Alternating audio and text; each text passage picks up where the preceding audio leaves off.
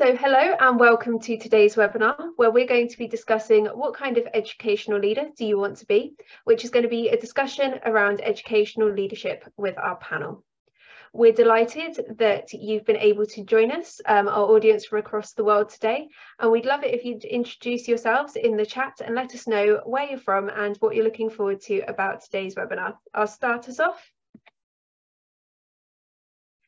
So here at the University of Manchester, we're proud to be home to the Manchester Institute of Education, which is a leading centre of excellence in educational teaching and research. And today I'm joined by two of the academics from the Manchester Institute of Education, Dr. Paul Armstrong and Dr. Stephen Rayner, who are both going to introduce themselves in more detail shortly. They also lead and teach on our part-time blended learning MA Educational Leadership in Practice programme. So after our introductions, we're going to move straight into our panel discussion on educational leadership and open the webinar to questions from you, our audience. At the end of today's webinar as well, I'll give you an introduction to MA Educational Leadership in Practice, which is just one of the ways that you can decide on the type of educational leader that you want to be. As I've said, today's session is interactive and we really welcome you to get involved and share your questions and thoughts about our topics of discussion. So please do use the chat and the Q&A functions and get involved as well. So I'm going to hand over to you now, Paul, and ask you to introduce yourself. Thank you, Hazel, and good afternoon or good morning or good evening to colleagues. Nice to see so many of you here virtually. My name is Dr. Paul Armstrong and I'm the Programme Director for the Educational Leadership in Practice Masters here at the University of Manchester.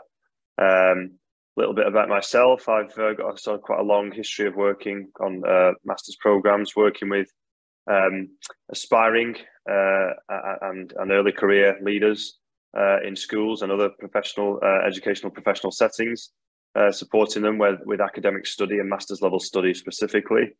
And more generally speaking, I've got a kind of research interest and an academic interest in educational policy and leadership, management, and more latterly, collaboration within educational settings as well. And I've led research projects and written about all those different topics over the last sort of 20 years. So yeah, it's a pleasure to be here today to talk to you a little bit more about the Educational Leadership in Practice programme, a programme that myself and my colleague Stephen direct, and that we take great pleasure in running, mostly because of the wonderful students that we get to work with. So yeah, hopefully we can welcome some of you guys to the programme next year. I'll stop now and look forward to speaking to you over the next hour or so. Stephen. Hello everyone, welcome from me too. Good to see so many of you here, and looking forward to knowing a little more about you. If you wouldn't mind putting some comments in the chat to tell us where you come from. I'm Dr. Stephen Rayner, colleague of Paul's in the Manchester Institute of Education, and I teach on educational leadership programmes, full-time and part-time.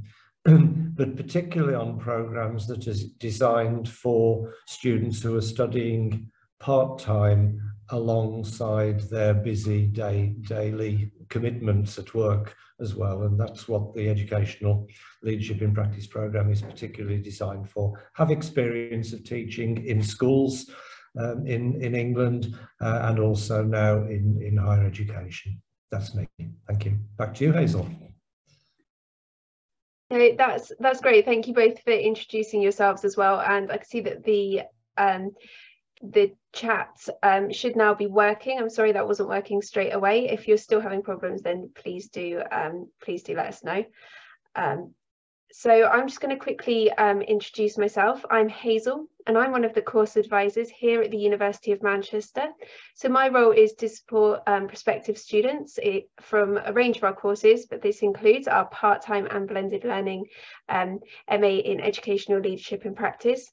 I'm here to make the decision about studying at the University of Manchester as straightforward as possible, and I'm here to guide you through the application process, answering any questions that you have from now right up until hopefully you begin your studies with us. At the end of today's webinar, my contact details will be up at the end for you to get in contact with me. But for today, my role is to facilitate our discussion. So I'm going to go straight in with our first question, which is, what does it mean to be an educational leader? Do you want me to pick this one up, Stephen? Then we can sort of discuss it between us. Well, it's a very broad question, and it's an interesting question. And I suppose there's no one single answer to that particular question, but it's something that we do place at the centre of the education leadership in practice programme, because of course the sort of notion of education, the sector of education, is a very large one and encompasses all sorts of different organisations. It's not just about schools per se. You know, we could think about education as a sort of lifelong pursuit, and most of the students that we have on our programme do typically come from school settings, school-based settings. So their ideas of educational leadership tend to be associated with and situated within that sort of school-based space. But we do have educational professionals from other sectors as well. I suppose the thing that they all have in common is that they want to understand and gain a greater knowledge of the concept of leadership generally, and how that plays out in educational settings. And that's something I think that we talk about through a number of different ways. We talk about that through notions of educational change, educational management, collaboration between professionals, and then other bigger ideas around sociology. So things like equity and poverty and privilege and power. And we talk about how all those things interconnect to sort of create a kind of mix, if you like, that influences how educational professionals enact and develop their leadership practice, and also allows them to think about the kind of educational leaders that they want to become as well. So it's an interesting question. As I said, it's one that we kind of discuss and think about on the programme quite a lot. But I don't know, Stephen, what would you say to that? I think one of the important points that we make, following on from what you said, Paul, is that we don't, as it were, promote a particular model of, this is how to do educational leadership. Seeing already in the chat such a diversity of places where everyone is working, types of organisation, private sector, public sector, independent, different countries, different phases of education. So it really is about reflecting, as the title of this webinar suggests, on the type of educational leader that we individually want to be and want to put forward. I think it's the variety and the diversity that is really important. Could I just check, Hazel, is everyone seeing everything in the chat? I know we are seeing everything. Are all the participants seeing everything as well? It just says host and panelists on mine. I just wanted to check that. Yeah, so when you're putting your comments into the chat, if you should have a 2, and then you can select the drop down for everyone.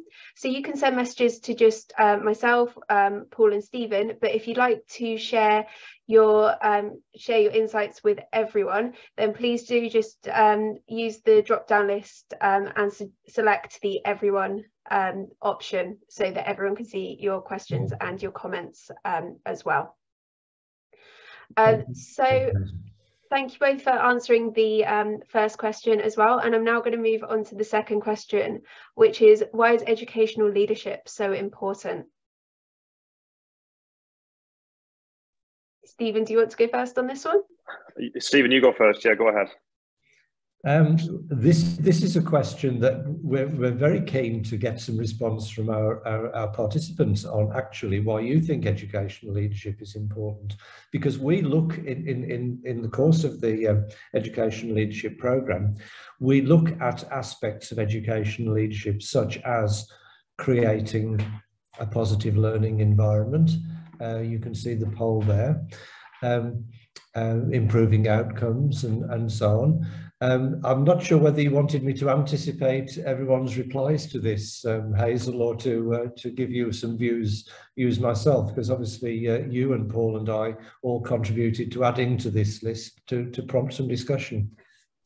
Well, if you share your thoughts to begin with, and then we can build on it based on our answers that we're getting from everyone as well in a moment. That's absolutely fine. I think if we look at the agenda, if you like, that all of us, I'm sure, in education have to address, which is about improving outcomes for the learners for whom we're responsible, whether they are studying in a university or in a school or in a kindergarten or in a private facility of some sort. So improving outcomes is certainly a priority for us. But it's how we approach managing our resources and managing our staff in order to achieve that aim and the other aims that are listed here. So, excuse me, educational leadership as influence is a really important thing. Educational leadership as advocacy, we've mentioned also. We may be working in an environment where it is up to us as educational leaders to speak up for our communities, to speak up for our learners, our students, and maybe some of them are facing particular challenges provided by the environment, whether it's their home environment or in the society in which we work. So our role as advocates is important, in my view, as for my view, and that's why that point about advocating for inclusion, equity and social justice in whatever community we're in is really important. Paul, do you want to pick up any of those? Yes, Stephen. I mean, I think what you've said is absolutely right. I think again, it's a very sort of multifaceted sort of question, really, isn't it? There's lots of different ways that you could answer that. I think one way to think about it on a much broader scale is if we think of education as being one of the sort of pillars of any society, along with things like health and security and such like, and environmental issues, then if we can agree that education is important, and we might have it in a different level on that list of priorities, but I imagine that everyone here in this room today, virtually, has an interest in and some kind of passion for education and an understanding of how important it is for any society to educate its young people and its citizens. Then, when we think of it in that respect, then that all of a sudden creates this sort of idea that those that are responsible for leading educational institutions, however we decide whatever we decide that looks like, or however we decide to conceptualize that, those that are in that position, those individuals, those groups of people, suddenly have a very, very important role in society, don't they? To be responsible for the leadership of those organisations and to ensure that those educational organisations are sort of operating and running effectively, again, however we might decide to conceptualise that. So in many ways, educational leadership, a bit like teaching, is a very, very important, perhaps one of the most important roles in any society in that respect, because there's a lot of responsibility there to ensure that the sort of academic and social and emotional development of young people within an educational setting is happening purposefully and meaningfully across different contexts. So that would be my input on a much broader scale. Stephen, you've got your hand up. Thank you. Yeah, I just wanted to add a point about what we're understanding as educational leadership. And sometimes it can be assumed that in any particular institution, we're thinking about one person as the leader. For example, the principal of a school or a college, or the head teacher, that term may be used. And we'd really want to stress that that is not what we're talking about here. Leadership, educational leadership, is not about the one person at the head of an organisation. It's something that can be the responsibility of and can be performed by anyone who works within an organisation. We sometimes hear the phrase middle leadership, for example. And this is where the initial responses to the first question there are so important and so much welcomed by the three of us, because you have unanimously mentioned creating a positive learning environment and climate for learning. Now, clearly, if someone is the principal of a large organisation, there's a great deal that they can do with that in terms of resources and so on. But it is something that we can all do as teachers in a classroom, creating a positive learning environment and climate for learning, making our students feel valued, making sure that they come into a pleasant atmosphere where they are well treated. That's leadership, as all of these other responses are. Thank you.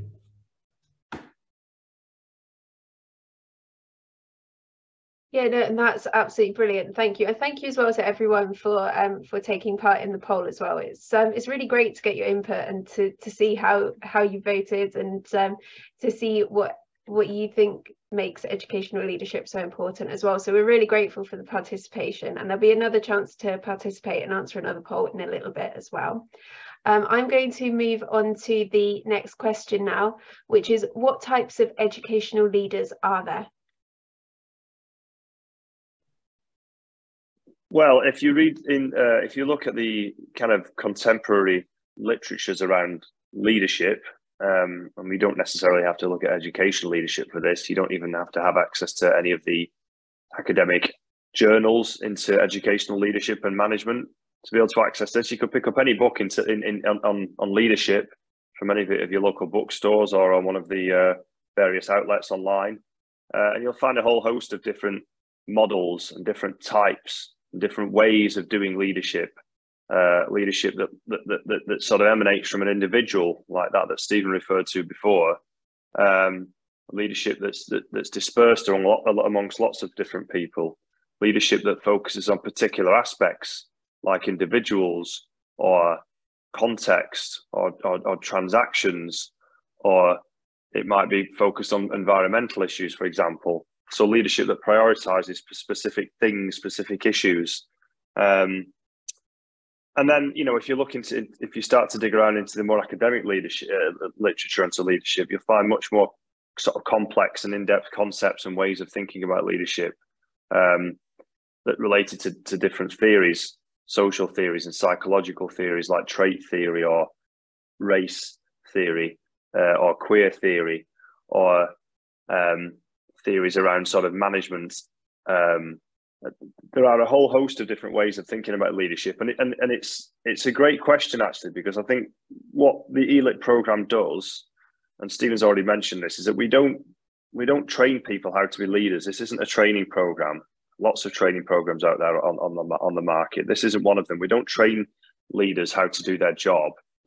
What we do in this program, drawing on all that research from this world-leading research centre into educational leadership that we inhabit at the Manchester Institute of Education, we draw on all that research and all that thinking from a whole host of different academics and scholars and writers, and we provide the students on the program with a range of different lenses, a range of different ways of looking at leadership and interpreting leadership and understanding how leadership is conceptualized.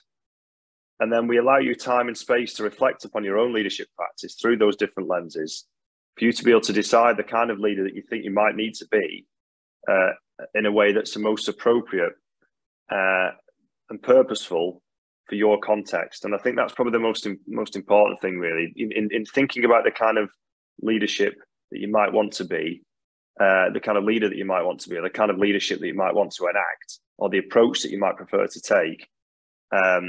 Will be based on a whole host of things, but I think one of the most important things will be the context in which you're working, so that the way in which you're enacting your leadership, doing your leadership, is most appropriate and suited to the community and the young people and the organisation that you're serving. So, Stephen, have you got any thoughts on that? I wanted to respond by referring to a couple of the contributions in the chat. And there have been three quite distinct ones, that the three most recent, from Shirley, Olivia and Julia, because I think they enable us to think about the question that Hazel has posed there. And also the various adjectives that appear on that second list of questions.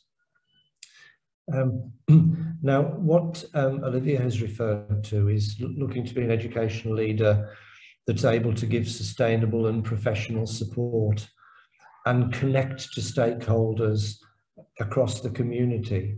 So actually looking at collaborative work, looking at understanding the community, the sort of leader who has a broad vision and understanding of the responsibilities of leadership beyond the classroom. That is clearly going to be important in terms of Olivia's thinking about the programme.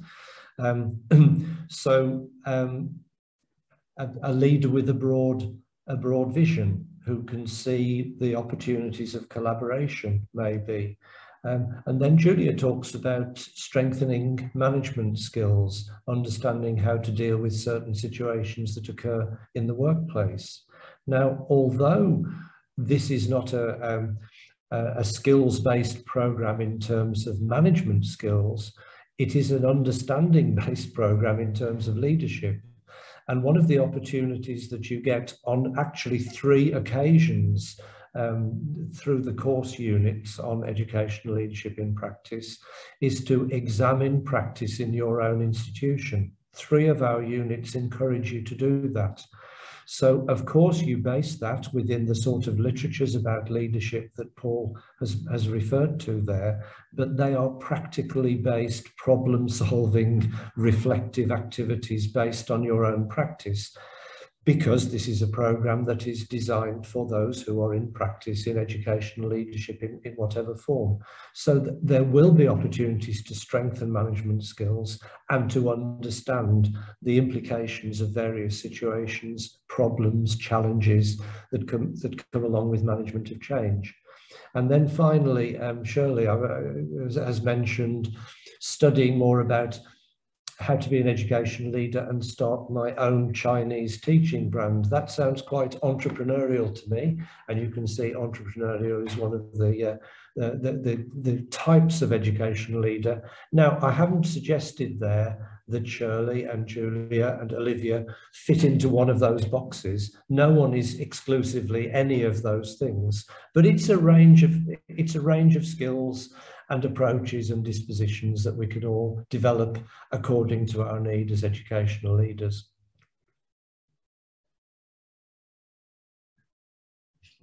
Yeah, no, that's absolutely brilliant. Thank you, Stephen.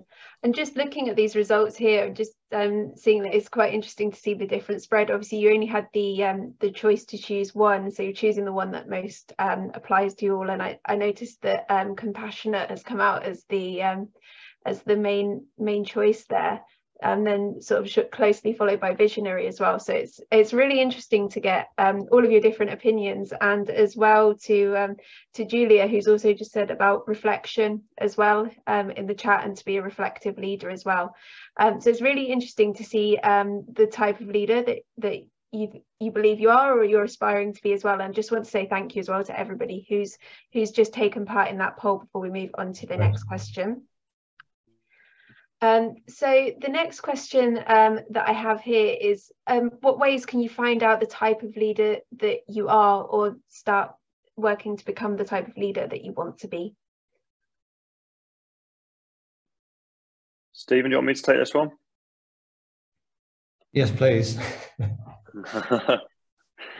Well, there are a number of different ways, I suppose. I mean, it's a very personal pursuit, this the answer to this question. There's no one single way of trying to find out and discover the kind of leader that you want to be that we could apply to every single person. It's a very sort of individualized process, I suppose. My experience of working with hundreds of aspiring school leaders over the last few years, and certainly thinking about my own journey to become an educational leader as well in the university.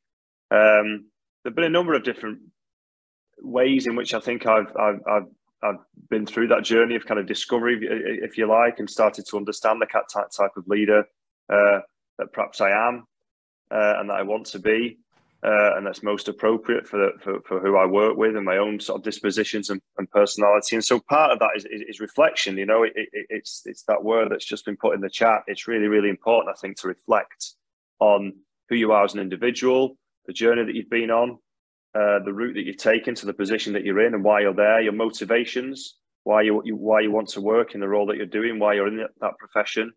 And we touched upon a little bit of that in the chat and through those polls as well. And And then certainly, I think working with other people as well, working with others, observing them, and that might be leaders, that might be working with other leaders earlier in your career or at any point in your career, I suppose, observing how they enact their leadership, and kind of cherry picking little bits and pieces, you know, thinking, well, actually, that's the kind of thing I'd like to do, or actually, you know, I wouldn't do it that way. I'd like to do it differently. So learning from other people as well as learning from yourself. So it's not just about self-reflection, it's about observation and being aware of your surroundings and the people that you're working with. I think that's really important. And that also links into this idea of relationships as well. I think once you understand how to connect with other people in a professional role, that's when I think when you start to understand how you're likely to be able to understand their priorities and how they work as well. And that will really help you to be able to kind of, I don't want to say get the best out of people, because that makes it sound as if you're trying to kind of squeeze every last bit of kind of energy out of everyone in your organization. I think it's more of a sort of, it's more around empathy, I think, and understanding that everybody comes to their role with a different set of experiences and a different background. And I think the more that you can appreciate and understand that, the journey that other people have been on, and of course that's an individual one, the best chance you have of developing strong working and trusting relationships and being able to build sort of strong teams of people to work with you. And you'll find that quite naturally you end up becoming a leader. That's just sort of what happens naturally. So as Stephen said, it's not necessarily, and increasingly it's less about one individual dictating from the top and much more about understanding how everyone's strengths, what everyone's strengths are in a particular organisation, how you can get everybody sort of lined up so that they're all working towards those particular strengths for the benefit of the organisational goals, whatever they may be. So those are just some of my thoughts off the top of my head, I suppose. But it's a great question, Stephen. I don't know if you've got anything to add to that. Everyone working in education, everyone working in any sort of organisation actually works within some sort of structure, don't they? That structure might be our school or our university or our private company. There is a structure that is in place, and it provides, it has some limitations on what we do. And within that structure, as an individual, we can make certain choices. They may be quite limited choices in some ways. We may have very clear job descriptions, for example, but we have some choices that we can make, and they're closely associated with what sort of people we are.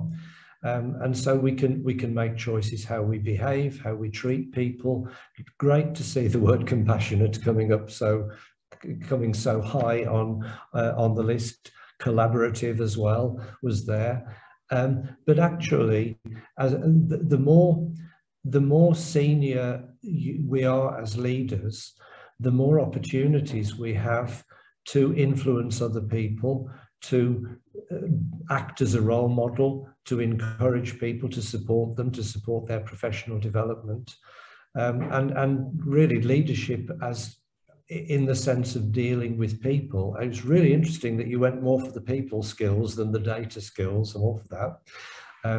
And actually, if you're responsible for managing a large group of staff, enabling those staff to perform as well as they can and to feel valued seems to be a very important element of leadership and responsibility of leadership.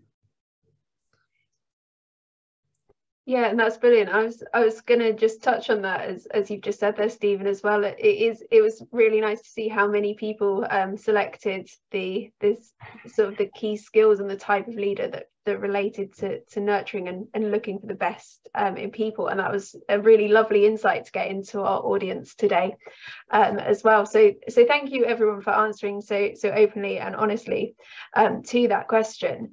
So I'm coming to the last of our sort of preset panel discussion questions. So we're about to open to audience questions as well. So please do use the Q&A function to submit any questions that you have that have sort of cropped up, maybe like some further elaboration on any of the points that we've been discussing already, or as well if you have any slightly different questions relating to educational leadership, and we'll be really happy to help with those.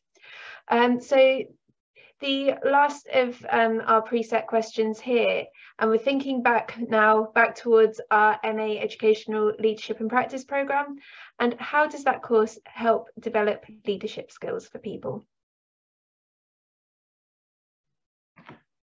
I think that in terms of developing leadership skills, I would refer particularly to the way in which we've constructed the various course units, and we're not going to go into a lot of depth about those now. That information is readily available. But looking at, for example, models of educational leadership and phrases such as distributed leadership as a way of approaching being an educational leader. We have a course unit called Educational Leadership as a Social Practice, which is very much focused on people, managing collaboration, and we encourage our colleagues from around the world, as we've seen from the introductions today, to work with each other and to learn from each other. I have to say, and I know Paul would agree, much of what we know about educational leadership worldwide comes from associations with our students.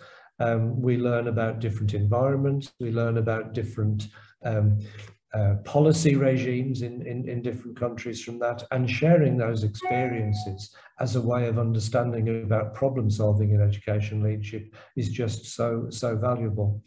And then also going back specifically to the program, as Hazel's mentioned, having the opportunity to conduct a major project, which actually concludes the program in your own institution, where you are looking at managing a particular situation, maybe solving a problem or a series of problems, and developing the skills that you need to understand and address that. That's really an important part of what we encourage you to develop through the program. Paul?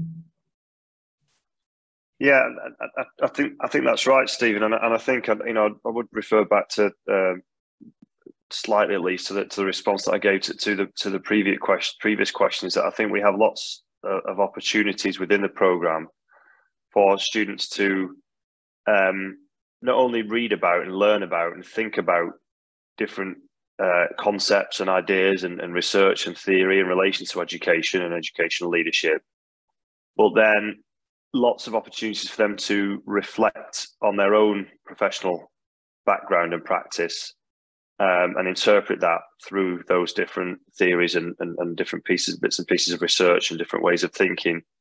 And we not only encourage that, we've set the assessment protocols up so that there is an opportunity for students to be able to think about their own professional practices and actually reflect upon that within their assessments. And I think in doing that, that kind of naturally then allows students to be able to develop their leadership practice in a very sort of context-specific way, which I think is starting to answer one of the questions we've got in the Q&A, actually, which I spotted before.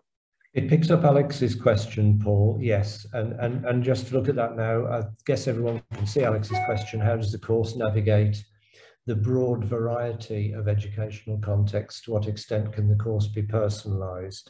If I go first on that, Hazel, and then you might want to pick that up. It's, as Paul has just said, understanding the context in which you work is really important.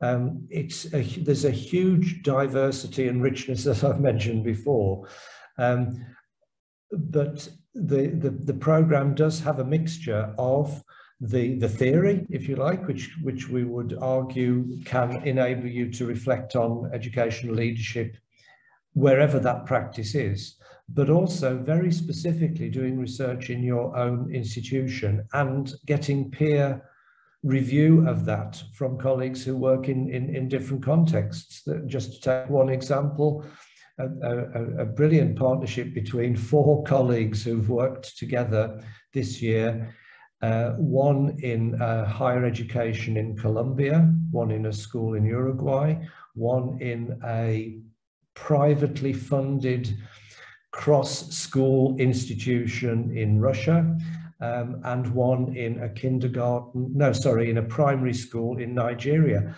They had brilliant conversations in extremely different, from extremely different contexts, but they all produced work on, this is on educational leadership as a social practice, where they benefited from each other, but it was very much personalised to their own context. Hazel? Yeah, no, that's brilliant. Thank you. And do keep your questions coming in as well if there's anything else anyone wants to ask. And I think also to kind of build on this and sort of saying the broad variety of educational contexts, you've got the conferences that take place on the course. So there's going to be a great opportunity there for you to meet your peers from all of these broad contexts and get speaking to them. When you're learning, we have a virtual learning environment called Blackboard, where you're going to have access to discussion boards and things like this. And there's going to be these opportunities for collaboration and discussion with your peers on the course from all of these contexts to hear from each other. And it's something that is a great feature of the course, and something that we really encourage you to you get from the course as much as you put in. So, you know, share your knowledge, share your expertise, and listen to that feedback and those different viewpoints from other people. I know it's something that the current students have responded really positively to as well. Yeah, I think that's right. Sorry, Stephen, I was just going to say, I think that's right, Hazel. I think that the opportunities for networking on this program are really incredible, and I think it's something that we sort of baked into the program, we built into the program, because it's something as educational professionals ourselves, as academics. I mean, we've written about this, we've done research into this very issue, but we're passionate about networking, we're passionate about collaboration, and we see the value in giving educators and students on this program the opportunity to sort of move knowledge around and share knowledge, because we know how much benefit that can be to colleagues working in professional roles.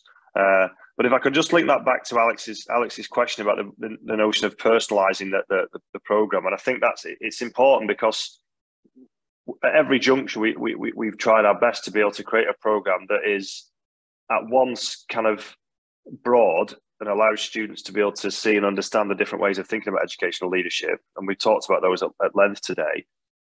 But each student's individual journey through that program, their pathway through that program, is just that, it's individualized. And all of the ways in which we assess students and connect with students allows them at several points on the program to be able to draw on their own individual experiences when they're discussing things with us, when they're talking about their professional experiences, when they're engaging with the literatures, and when they're doing the assessments and developing their portfolios. So I think we've kind of ticked both boxes, in that respect. Sorry, Stephen, I interrupted you there. I was simply going to add that where there are projects going on in your own institution, you will have more personalised support from one of the tutors.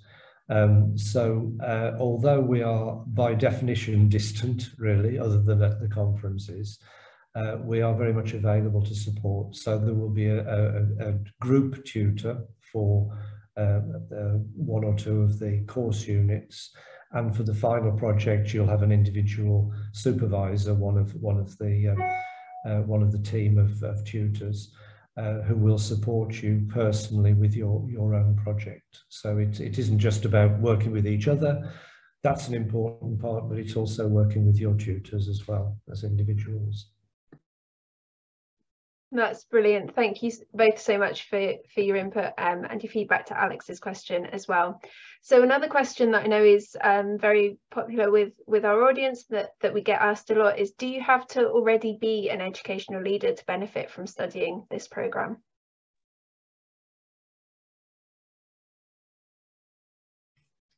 Stephen, do you want me to answer that? One of us needs to say no fairly quickly. Clearly, through the admissions process, in addition to looking at prior qualifications, which obviously is very important, we do also look at the statement about where you currently are. And we've already seen in the introductions today a range of people. We have colleagues working on the programme, studying on the programme, who are school principals and have been principals for some time. We have colleagues who aspire to be principals or aspire to some more senior position in education than that they are in now, but they are not currently leaders. So the straight answer, Paul and I only hesitated to answer because we were being polite to see who wanted to go first. The answer is definitely no. You do not have to be already in a leadership position.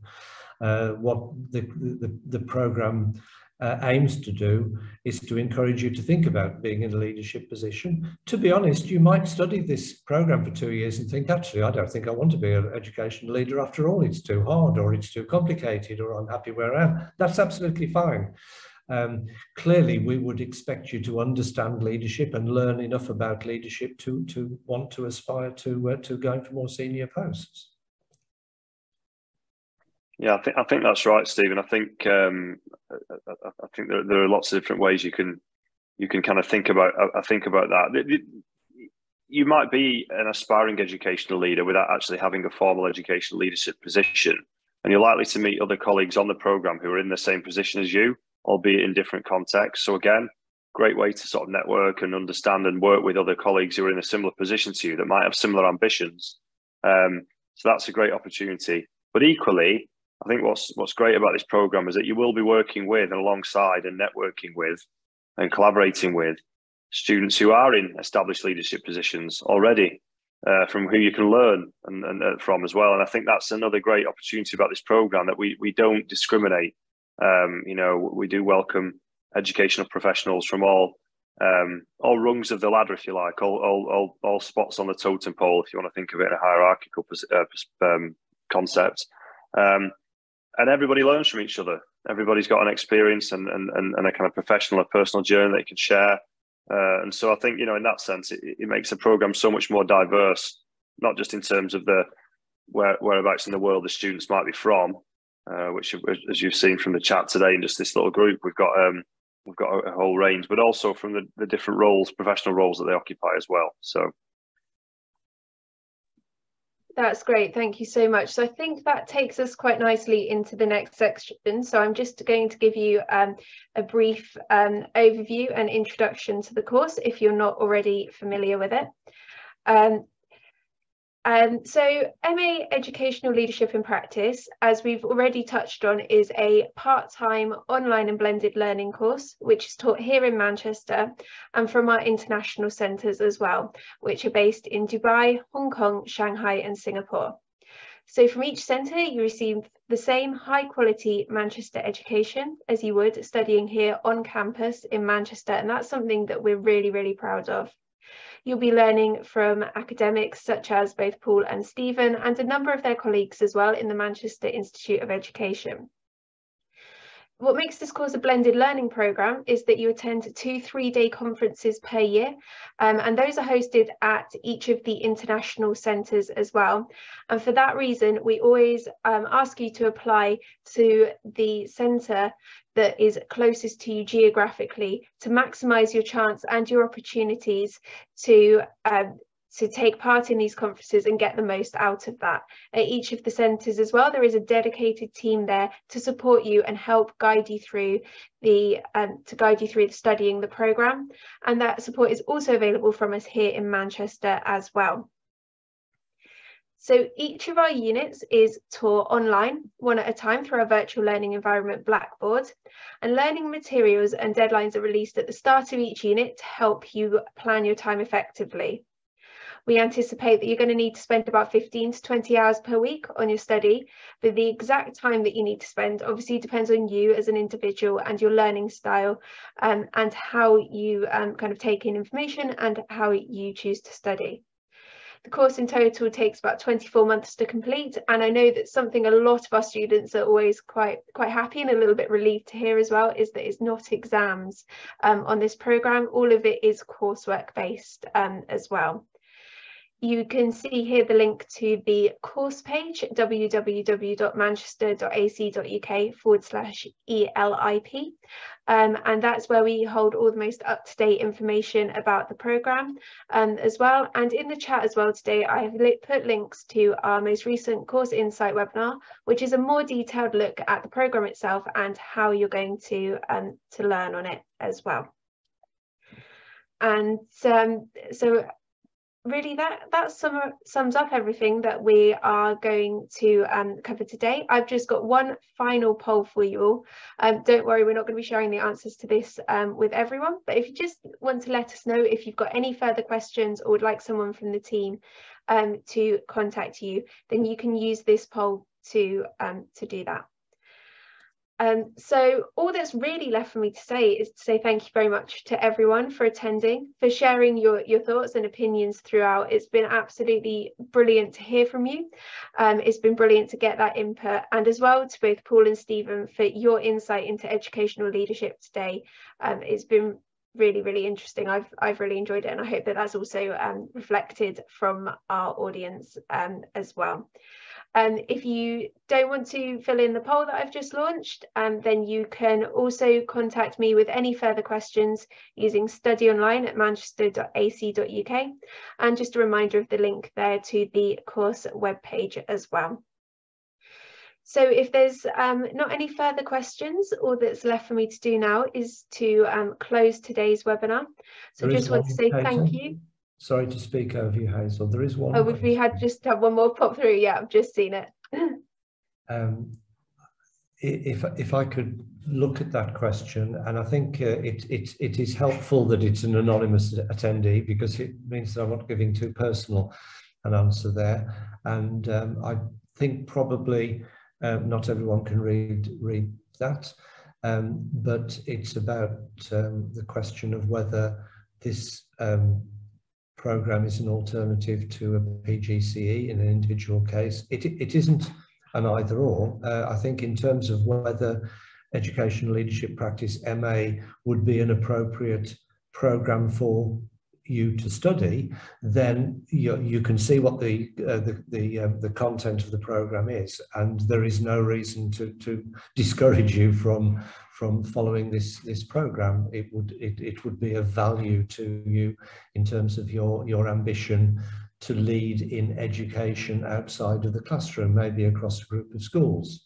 So I would say yes, this is an appropriate programme for you, if you have looked at the content and think, yes, that's something that I think I could learn from and gain from. In terms of whether it has career benefits over the PGCE route, well, in terms of the sort of career that you have in mind, it would depend on the person's specification for a job that you're applying to. They might want a teaching qualification. This is not a teaching qualification, so you would need a teaching qualification as well.